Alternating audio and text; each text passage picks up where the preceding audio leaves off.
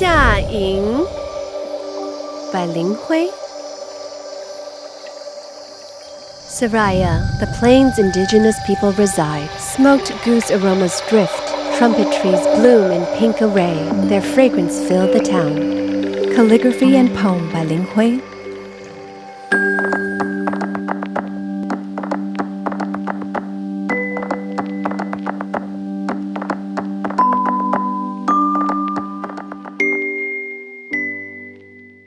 Hi everyone, I'm Will from Thailand. Today we're in Shaying district, Tainan. Shaying may not be a big place, but it's full of stories. Here you'll find old traditional houses, temples, and fields woven together. That is the unique charm of Shaying. In fact, Shaying is also known for its 4 specialties. But today we'll be experiencing 3 of them: black soybeans, geese, and mulberry silkworms. And I'm not here just to look. This time I'm going into the fields myself and into the kitchen to get my hands dirty, to let everyone experience the unique charm of Shaying. Shaying is located in Tainan. It was originally rooted in agriculture: black soybeans, mulberry silkworms, rice, and geese. Together, they tell the story of this land.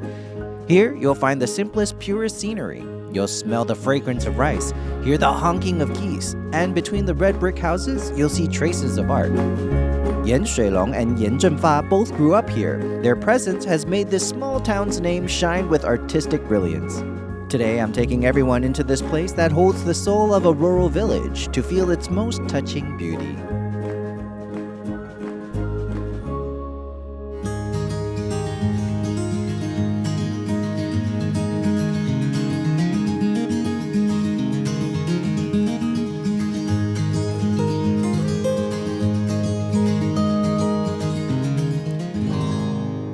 Hello, Mr. Hong. Hello, Will. I just walked over from there, and I feel like this is a very peaceful village, and I can hear the birds singing. The houses here actually have quite a nostalgic feel with their red brick roofs. But I noticed that on the streets there are many colorful walls. Why are these murals painted here? Because we wanted to revitalize and bring more color to our entire community. So we invited an artist from our village, Wuchengen, Brother Wu, to help us create an overall mural plan for the entire village. As I walked over here, I actually saw many different kinds of paintings. Were they all done by a single person? Yes, exactly. Very beautiful. So, what is the theme of this? It mainly aims to show some of our childhood memories. This painting is my favorite. Because in Shaying, the most famous specialty is smoked goose. And this cow here, it represents my childhood memories. You can't see water buffalo anymore. Back when we were kids, there were water buffalo all over the roads, so my childhood memories are tied to this cow. It had a huge impact on our lives. But now, no one raises buffalo anymore, so these memories are captured in this painting, and whenever we want to remember what life used to be like, we come and look at this cow to recall some of those beautiful childhood memories. And these 2 also feature rice. So in the past, rice was also quite famous here? Yes, and even now here, we still grow a lot of rice. So this is him in the past while working? Yes, this painting depicts how farmers used to harvest the rice and then dry it in the sun, and in the back is the granary. Oh, it looks like this? Oh, yes, exactly. This is what a granary looks like, the place where rice is stored. And back then it was always like this, planting each rice seedling by hand one by one? Yes, it was all done manually. Each seedling was planted individually. Now it's all mechanized. So this represents the past, a cherished memory. Did he witness this himself, or was it something his parents told him about, or something he imagined? These are all things he actually experienced with his own eyes. So he's a local of Shaying as well? Yes, he's from our village. Oh, so in total, how many paintings are there approximately? There are nearly 80-some paintings here, almost 90 paintings. 90 paintings? How long did it take him to complete them? It took him about a year and a half to paint them all. That's quite a big project. Yes, exactly. A year and a half to create it all like this. The painted walls of Datun are like panels of memories, with farming, temple festivals, and childhood games, all painted stroke by stroke, turning into the most vivid stories.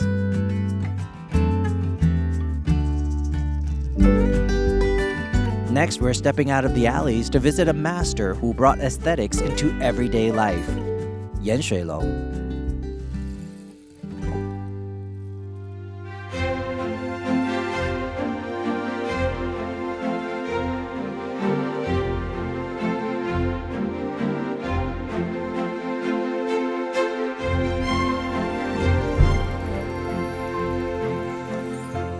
Hello, Teacher Yan. Hello, Will. Welcome to Shaying. Welcome to the Yin Family Ancestral Hall and the Shui-long Memorial Hall. So there are many people with the surname Yen in this area, right? Yes, there are several villages, and including those who moved out, about 50 to 70% are Yin family members. They are members of the Yin family. All Yen family members? And does everyone come here to pay respects? Every year on the night of the winter solstice, we hold our ancestral rites here, which ends about midnight. Teacher Yen, which generation are you? I'm the 12th generation of our family in Taiwan. The 12th generation since our ancestors first came to Taiwan. In our ancestral hometown, our family already followed the tradition of valuing both farming and learning, and that spirit carried over. So after the Yen family came to Taiwan, many outstanding descendants emerged. For example, the Shui-long commemorated in the Memorial Park, Shui-long himself, and another Heritage Award-winning painter, the Incan color painter Yan Shengzi, and also the billboard painter Yan Zhenfa.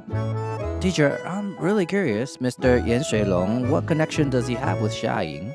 He was born and raised here in Shaying. When you open the door to his house, you immediately see the vast Jianan Plain. So what he saw every day was the sunrise and sunset over the Jianan Plain, the farmlands and crops, and his neighbors, the hard-working farmers. When we look at the mosaic mural of the water buffalo, we can immediately see the artist's skill. Just look at the water buffalo's muscle structure and texture. It's expressed so well. And it also shows that he truly grew up in the countryside. A child who didn't grow up in the countryside could never portray it like that. I'm really curious, why is there a memorial park for Mr. Shui-long here? It's because the government wanted to honor him for promoting handicrafts in Taiwan, mosaic art, and the aesthetics of everyday life, as well as corporate identity design. A lot of our sense of aesthetics and artistic influence probably comes from someone like Mr. Shui-long. Yes, that's right. So what kind of influence did he have on Xiaying specifically? Yes, he inspired many younger generations in Xiaying to study fine arts. Some went on to become department heads in university art programs, serving as department chairs, and some even became art professors at Tsukuba University in Japan. Particularly throughout Taiwan, the promotion of public art was largely initiated by him. So maybe in the past, people's lives were all about farming and they only focused on work, but now people have started to care about lifestyle aesthetics and artistic things to inspire them. Yes, exactly. Shui-long helped Taiwan understand that beauty can be found in every corner of everyday life. Leaving the world of art spaces, let's follow the camera into the fields of Xiaying, onto the land tended by the flax farmers, to experience another chapter in the story of local industry.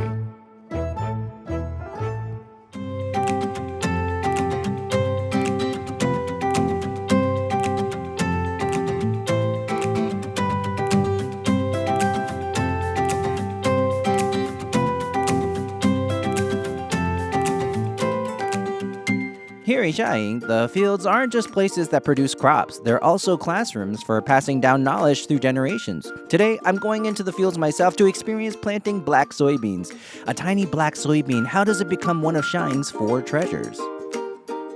Hello, Mr. Zheng. Hello. Black soybeans are one of the 4 treasures of Xiaying. Yes. Why do people choose to grow black soybeans here? Because the soil in Shaying is sandy loam. So this is sandy soil. It has good drainage, which makes it ideal for growing black soybeans. The nutrients it provides, along with Shaying's sunlight and rainfall, all make it a perfect environment. For black soybeans, their growing environment, they need longer hours of sunlight and the soil needs to drain well, right? Yes, the drainage has to be good because beans don't do well with too much water. So are black soybeans grown only once a year? Actually, they can be planted during the first growing season or the second growing season, meaning you can plant it in the first half of the year or the second half. But for us, to reduce the use of pesticides, we usually choose to plant it in the second half of the year. If you plant in summer, the weather's hotter, there are more insects, and it's harder to manage, Yes, exactly. right? It's really harder to deal with. Looking out over this area, this piece of land is pretty big. How much black soybean can it produce? For this plot here, we need about 15 kilograms of seeds. 15 kilos of seeds? Yeah, but it can yield around 600 kilograms of black soybeans. That's a huge return. Yeah, better than playing the stock market. You want to invest? Sounds like you can make a lot. Exactly, dozens of times the return. With land this big, I imagine it must be really time-consuming. So today I'll help you out. If you're helping, that's great. We can never finish planting everything ourselves. Here, let me give you a handful. Oh. A handful of black beans. These are going to be planted directly into the soil. Let me show you how to plant them first. So we do it like this. Drop one in, then press it down, and the soil just lightly... So I just press it down like this? Yes, just press the whole thing down. How far apart should they be? About 5 centimeters. 5 centimeters. Yes. This field is probably hundreds of meters long, and each seed needs to be 5 centimeters apart. Isn't that going to take forever? Nah, you'll be fine. I knew that you were going to say that. As long as you've got patience and perseverance, you'll definitely finish planting it all. Will, Yes? you're working so hard. It's manageable. Let me tell you a secret. What is it? We actually don't sew by hand anymore. We use machines now. You use machines? Yes. Why didn't you say so earlier? Well, I had to let you experience it first, so you'd know how tough farming used to be. Back in the day, people sewed everything by hand. If you keep going at this pace, it'll probably take you 3 days to finish. With the machine, it takes us about 20 minutes. And now this whole area behind us is completely green. Are these the black beans we planted? Exactly. You're pretty smart. These are the ones you planted earlier. After 20 days, they grow to look like this. They're actually quite tall already. Yes. Add another 80 to 90 days to that 20, and they'll grow into this. Eh? These are black beans. This is the dried form? Dried in the sun? No, they dry naturally. You can peel one to see. Inside, there are the actual black bean seeds. No, I didn't expect that this is what they actually look like. I've only seen black beans themselves before, never seen them dressed like this in the pod. So this is the color they are. Really eye-opening. In the fields, when we see a single grain of rice, we realize how much time and patience it takes to turn it into a bowl of rice on our table. The sweat of the farmers teaches us to appreciate the true value of our food.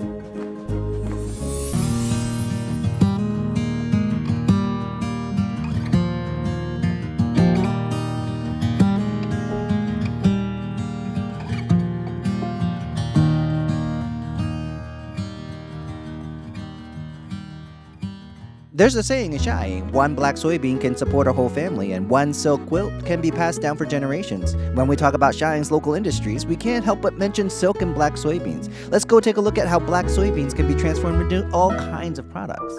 Hello, Mr. Huang. Hello. This morning, I already experienced planting black soybeans, so I have a bit of understanding about them. But I'm curious, what kind of products can be made from black soybeans? Then I noticed those large vats lined up behind us. What are those? Inside these are the raw black soybean soy sauce that we produce. We have to go through many steps before transferring it into the vats for the fermenting process. Seeing vat after vat of them, I was actually pretty stunned. And when they opened one up, it was completely filled with black soybeans. From a distance, they almost looked like coffee beans. And when I tasted it, I felt that compared to regular soy sauce was a bit saltier. But this aged black bean soy sauce has a little bit of saltiness, but within that saltiness, there's a touch of lingering sweetness.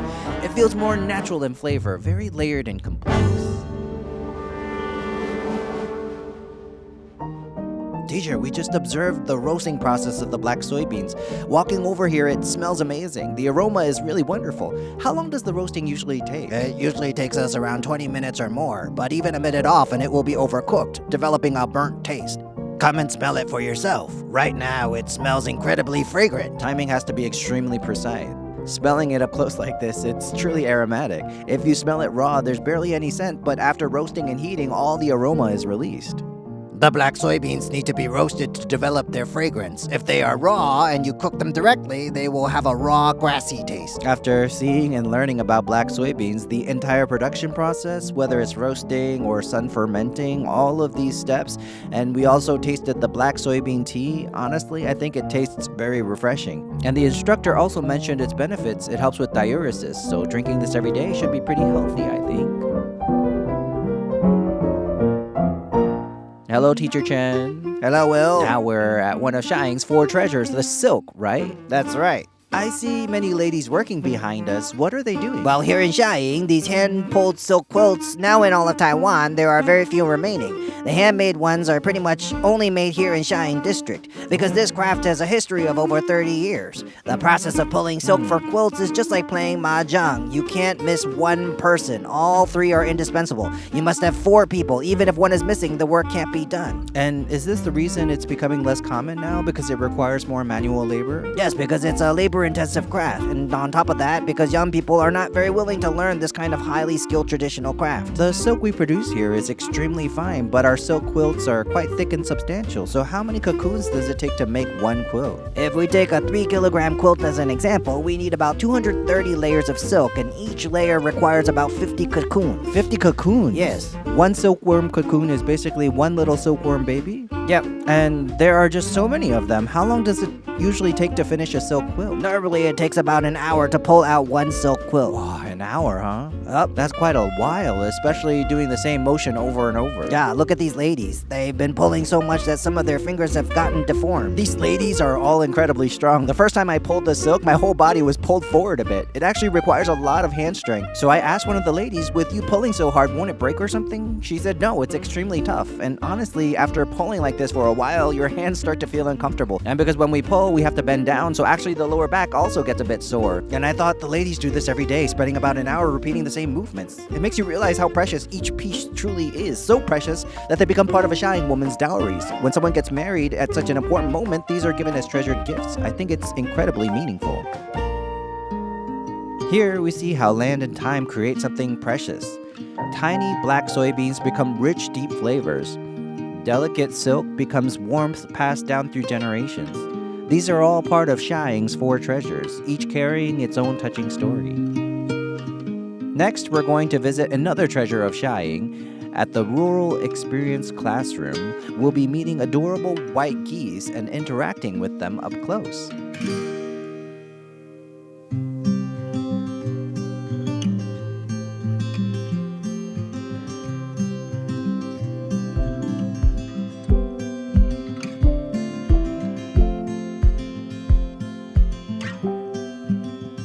In Shaying, white geese are the friendliest neighbors around. Today, we've come to the White Goose Ecological Education Farm. I heard that when you visit here, you can get up close with all kinds of adorable white geese. You can even hand-paint goose eggs and take them home as souvenirs. Let's welcome our host today, Boss Chu. Hello, Will. Welcome. This place is part of the Xiaying's White Goose Ecological Education Farm. Its main purpose is to help people learn about goose ecology and the different breeds. And regarding the ecology and breeds, this area here is a mixed breeding zone. Although white geese are timid, they always move in groups. When you get close, they quickly run away. They're really cute. But when they're laying eggs, their temperament is completely different. The female will of course sit there protecting her eggs, and next to her there's a gander who keeps honking and honks extremely loudly like he's ready to attack at any moment. As I kept approaching, he stretched his neck out, and I heard the owner say that getting bitten really hurts because their jaw strength is no joke. Since they usually eat grass by pulling it up, they bite down and twist, so there's no way I dared to grab it. So I quickly used a trick to shoo them into the grass and then secretly picked up an egg. The goose egg was honestly heavier than I expected, because normally I've only handled chicken eggs. In my hand, the goose egg must have been twice as heavy, and it was bigger than I imagined. We just finished chasing the white geese. It was so thrilling and fun. And now we're going to try a really special activity here, painting goose eggs, right? Yes, painting goose eggs. So how do we get started? Let me give you a quick introduction about our goose eggs. In Taiwan, there are no commercial goose egg farms. There are chicken and duck farms, but no goose farms, because geese only lay eggs for about half a year. Their laying cycle is relatively short. Chicken and ducks lay 1 egg per day, while goose lays 1 egg every 3 days. And their laying season is from September to April the following year, producing at most 80 eggs per season. So if you open an egg goose farm, it wouldn't be really profitable. The owner mentioned that in the past these goose eggs didn't hold much value, but she hoped they could be repurposed and at the same time aligned with today's focus on environmental sustainability. This way they could gain more meaning.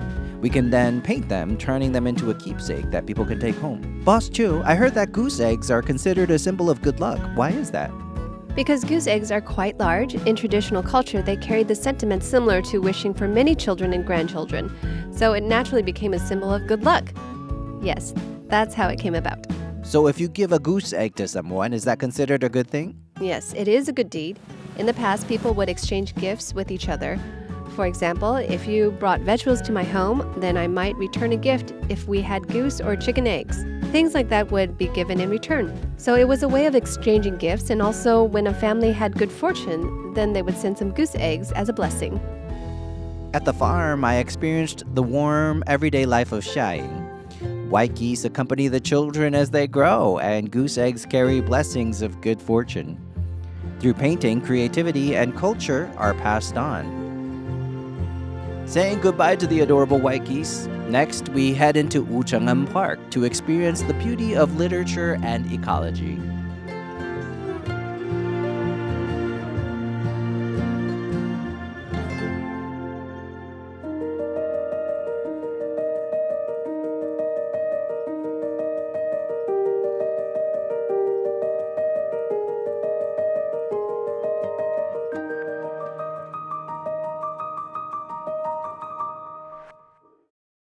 Hello, Brother Sue. Hello, Will. We are now at Wuchengen Park. I feel that this place actually has a very relaxing vibe. There's a lake right in front and plenty of lush greenery. It's really comfortable. And I noticed here that there's a Xuanwu platform ahead. It looks quite unique. What is it usually used for? Normally, during temple festivals such as Taiwanese opera or performances by theater troupes, we hold the performances here.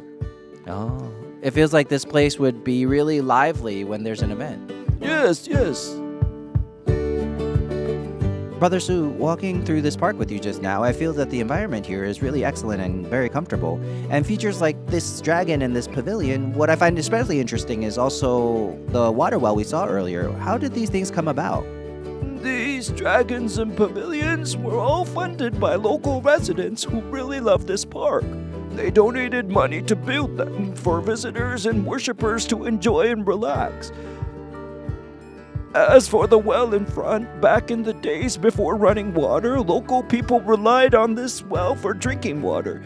Even the pond next to it was used as a place for washing clothes. Many locals would carry their big basins and do their laundry there. They do their laundry there? Exactly. This park is over 2 hectares in size, and about 1 hectare of that is water. That's a lot. There's also plenty of green space, which really helps improve the air quality and regulate the temperature in Shaying. It does a lot of good. It's like the air purifier for Shaying. Yeah. People jokingly call it the lungs of Shaying. Oh, the lungs. Right, it's responsible for keeping the air fresh. Has anyone ever proposed here? Back in the day, couples also did their wedding photos Oh, here. really? Yeah, that's how it used to be. I think it's really fitting because the scenery here is beautiful. Wedding photos are such an important moment in life, and this view is just perfect for it. And it's free, too. Free, right? And the view is really gorgeous. Exactly. At Wuchengen Park, the sunlight dances on the water, reflecting the greenery. It's a perfect spot for locals to relax and cool off and to take leisurely walks. Life here allows one to slow down. Stepping out of the park, we're off to taste the flavors that make the people of Xiaying proud. White goose dishes. Let's discover what makes this taste so praised and uncover its delicious secrets.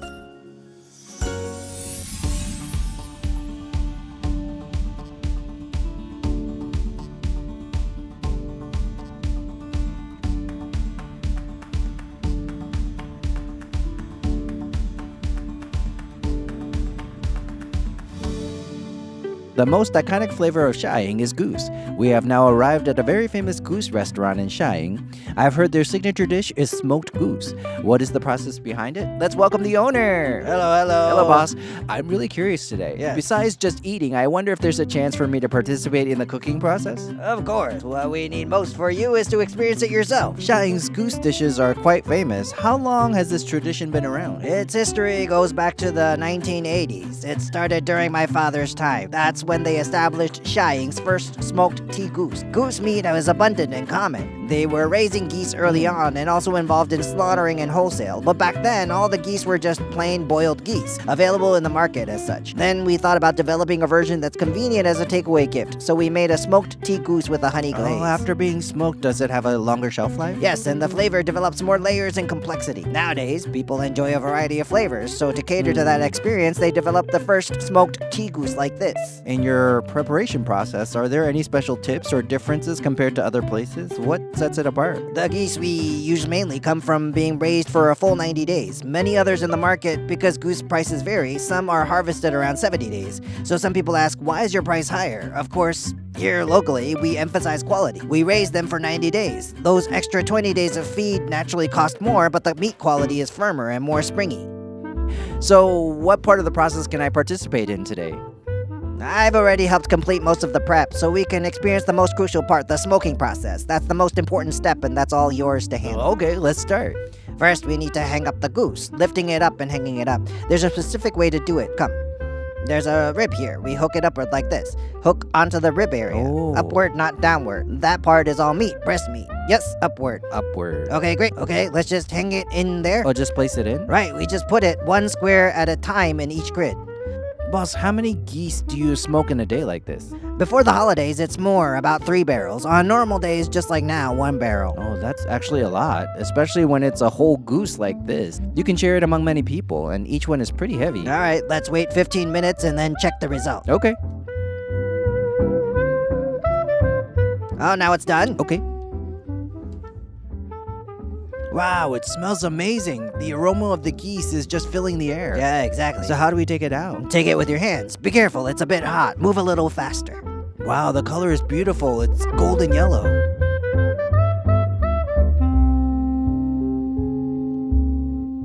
Now that we've finished the tea-smoked goose, let's cut it up. Taste the one you just made. Your honey-glazed tea-smoked goose. Wow, when we first took it out, the fat was dripping. Yeah. It looks so delicious. The meat is actually really tender. And that golden skin has a layer of fat, too. The meat is firm, but the skin is fatty and soft.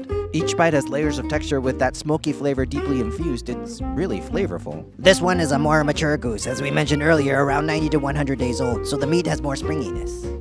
We got to taste a full spread of exquisite goose dishes. From the rich aroma of smoked goose to the pure taste of poached goose, each dish embodies the wisdom and care of the people of Shaying.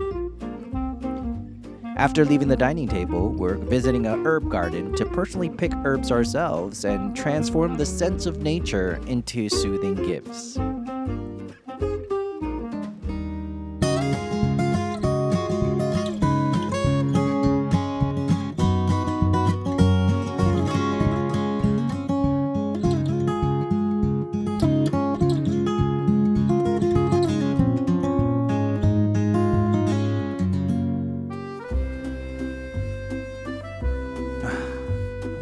A place that's filled with delightful aromas. Here they grow all kinds of plants and herbs. Actually, herbs can not only be used in cooking or desserts, they can also be made into essential oils and used in many unique DIY experiences.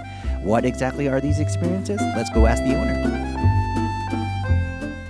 I think the walk here was really beautiful and the environment is wonderful. I also feel like my nose has been completely redeemed. The scent is amazing. But why in Shaying is there an herb garden here? Actually, all plants that have a scent are called herbs. Herbs that can be used medically are called medicinal herbs. But in our daily lives, we've been long using these medicinal herbs as both food and medicine. For example, when we eat sashimi, we eat perilla leaves for detoxification, right? That's also the principle of food and medicine sharing the same source. If your digestion is poor today, you might brew some mint tea. That too follows the same food as medicine concept. So today, how do we use the food medicine approach to make these medicinal herbs? Herb being only part of them, but integrate them into everyday's life. Because I want to make a completely non-toxic handmade soap, I have to grow these plants myself. Are all of these non-toxic? Absolutely, grown without herbicide or pesticide. We've cultivated roughly 40 to 80 different herbs with this method. Boss, you have so many plants here. May I ask, what kinds of activities can these plants be used for? Actually, this year we've made a special effort to cultivate them more diversely. Why? Because people have mostly forgotten what these plants are. Some are meant to detoxify and clear heat. Some are warming herbs. Some are tea trees with antibacterial properties. People really should take time to learn about their properties. We'll pick some now so that you can use them in the upcoming activity.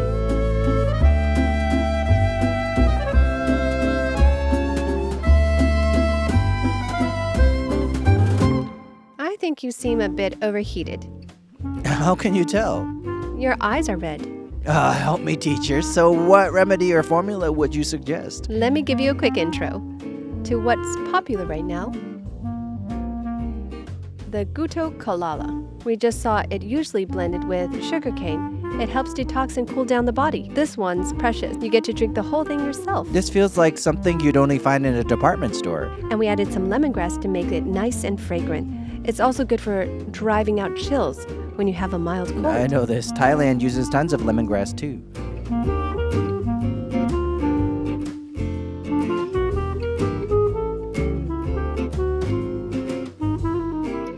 For this herb tea, you can just steep it.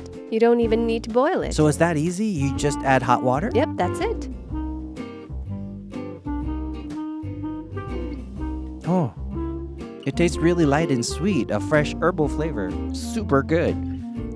A different kind of experience, right? Yeah, totally. You know, people used to think herbal teas and traditional medicines were always bitter.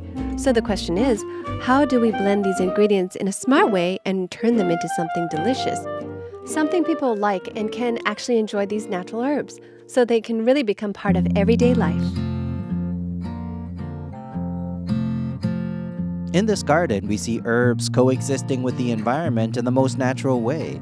It's not just about the fragrance, it's also a way of protecting the land. Next, we're going to visit a group of adorable friends coming from afar. The giant Aldabra tortoises. Let's step into the slow-living kingdom of these giant turtles.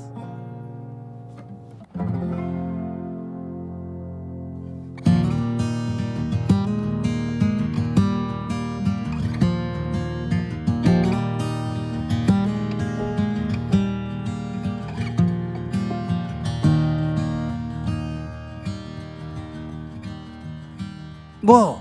I honestly didn't expect that here in Tainan I could see giant tortoises from Africa called Aldabra tortoises. They're among the largest land turtles in the world. Their lifespan can exceed 100 years, which is incredibly long. Watching their slow pace immediately slows down my own rhythm, letting me reconnect with the wonders of life. Let's go take a closer look.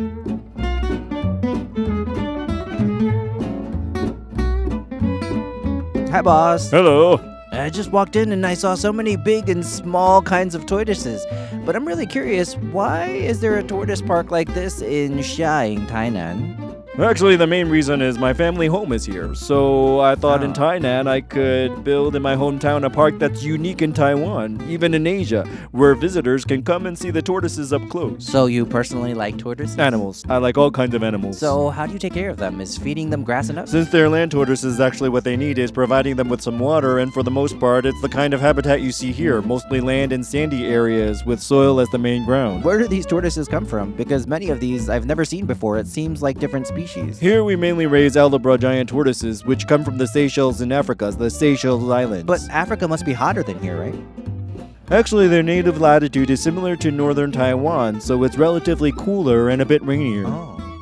And I heard they can live over 100 years, right? According to the records, the longest documented lifespan is 256 years. 256? That long? Yep, 256 years old. So if we're gone, who's going to take care of them? The next generation, and then the next. Just passed down like that. Oh. So what's the oldest one you have here now? The oldest one here is only in its 40s, because Taiwan only legalized keeping them about 30 to 40 years ago. I actually really like small animals myself. We have about 12 cats and 6 dogs at home, but I honestly have no idea how to interact with tortoises. With Aldabra giant tortoises like these, if you rub their necks or their legs, they'll stand up. Their necks? Yep, they'll let you touch them. Hey, it's true. He just froze. They love having their chin scratched. Just like cats. Cats and dogs both love chin scratches too. That's why in Taiwan, some people call them elevators, because when you scratch their chins, they lift themselves up. It just keeps stretching longer and longer, straightening itself out and staying still. I've only ever seen giant tortoises in zoos, never in someone's home. How much would one like this cost? For one this size, over a meter long, the market price in Taiwan is usually 3 or 4 million NT dollars, sometimes even more. 2 or 3 million? Yep. That's a whole car. Yeah, about that price. And there are so many more over there. The ones on the side are smaller. So this whole place is basically like a sports car showroom, a luxury car clearance sale. It's all just a hobby. Spending time with the Aldabra giant tortoises taught me how to slow down my pace and to appreciate life and the wisdom of living in harmony with the environment. Next, we're going to enter a beautiful century-old traditional house.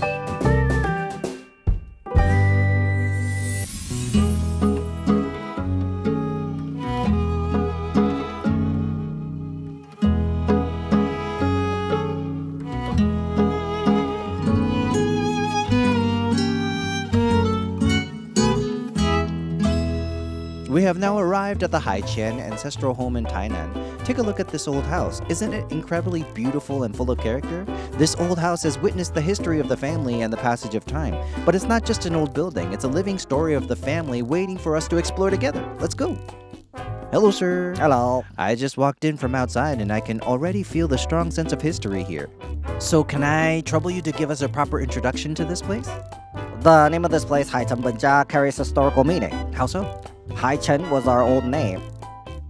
In the old days, Shaying was called Haiqian. Oh, so this is its former name. Later on, it became Haiqian. During the period of Haiqian camp, that was the era of Goxing. That was a really long time ago. Yes, the time of Goxing. General Liu Guoxuan, leading his naval forces, landed at Luermen and set up 5 camps here. Xingyang, Liuyang, Xiaying, and Zongyang, and Linfengyang.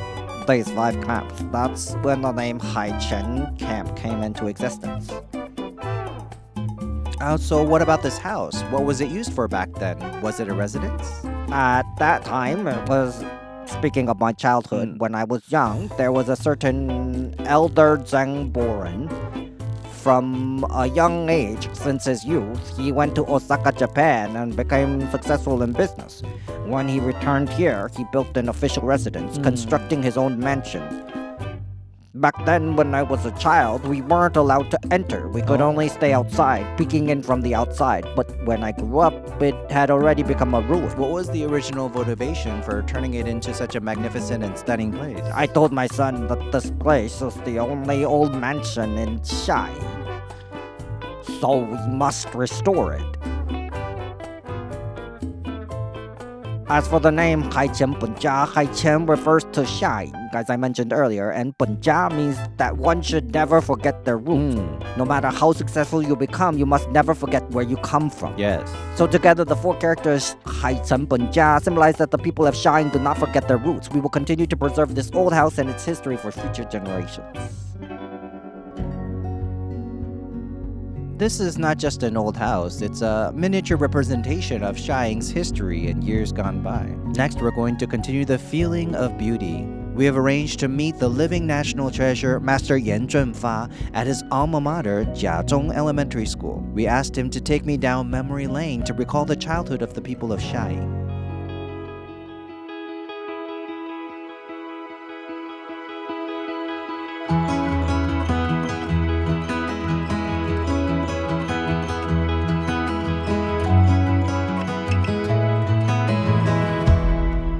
Right now we're at Chiachong Elementary School. Everyone must be curious what special things an elementary school could have to show us. That's because there is a national treasure level master here. His works are not only in advertising, but also symbols of Taiwan's golden era of cinema. He's also the pride of Shaying, Chiachong Elementary School. Let's go meet him. Teacher, I am so happy because friends from all over Taiwan visiting Tainan must have seen your works, so I feel truly honored today.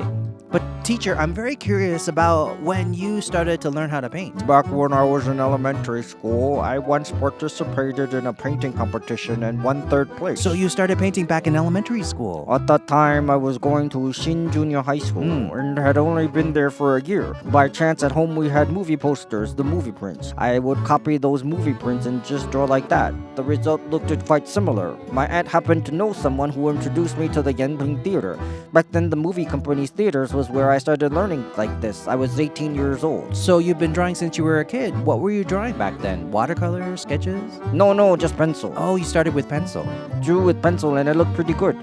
So I asked people in our village and a young guy told me there was someone in Tainan teaching that.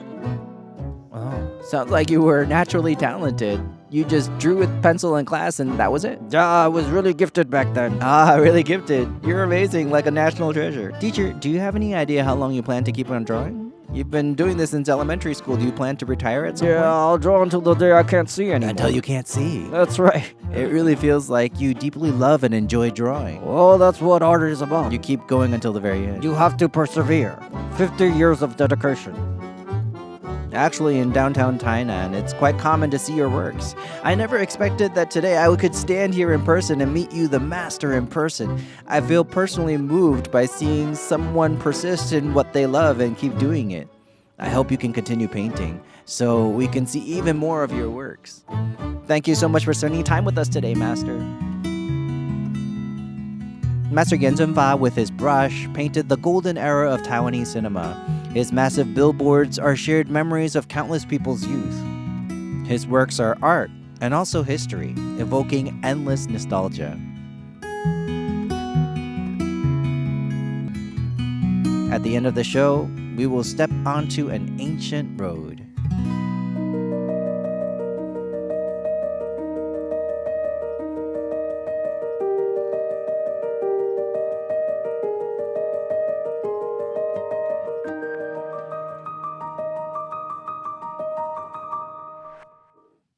Hello, Mr. Fang. Hello.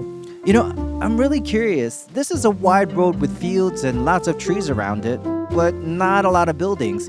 How come there's a mural in such a place like this? This involves Taiwan's historical geography. During the Qing dynasty, this area was part of the Daofeng Inner Sea, specifically the Maokangwei region. Back then, there were households here, more than 10,000 in total. Maokangwei used to be the administrative center of Xiaying district, so at the time, this area was bustling and prosperous, also nicknamed Little Yangzhou. And this imagery mural depicts the alleys and night markets because at night there were inns and banquet halls. Since this was a fishing port, merchants would spend the night here as there were inns and hotels. Merchants from Tangshan in mainland China would all stay here overnight. This is what we call never forget where your water comes from. Maokangwei used to be the birthplace of the area's prosperity, which then expanded to the entire Xiaying district. It shows people that the development of this place started from Maokangwei and grew from there. I think what you said is very important. Never forget where your water comes from. So the development we see today is thanks to the hard work and efforts of our ancestors, which created the environment we have now, right? Right. Walking with Mr. Fong along the old official road in Xiaying, every step we take feels like stepping into everyday life from the past. It turns out that slowing down is the best way to get to know a place. And Xiaying still has so many places worth exploring one by one. When you have time to visit Tainan, be sure to come here for a stroll. Xiaying is like a book. Open it and you find history. Keep reading and you find the warmth of its people. After walking this journey, you realize that the culture here isn't locked away in cabinets, but lives in people's breath and in their footsteps. Whether it's the farmland, old houses, or ancient paths, they all turn daily life into stories. Xiaying isn't big, but it teaches us to live each day with intention. This is life's most precious way. I'm Will, Linking368 Taiwan. Which township will we visit next? See you next time!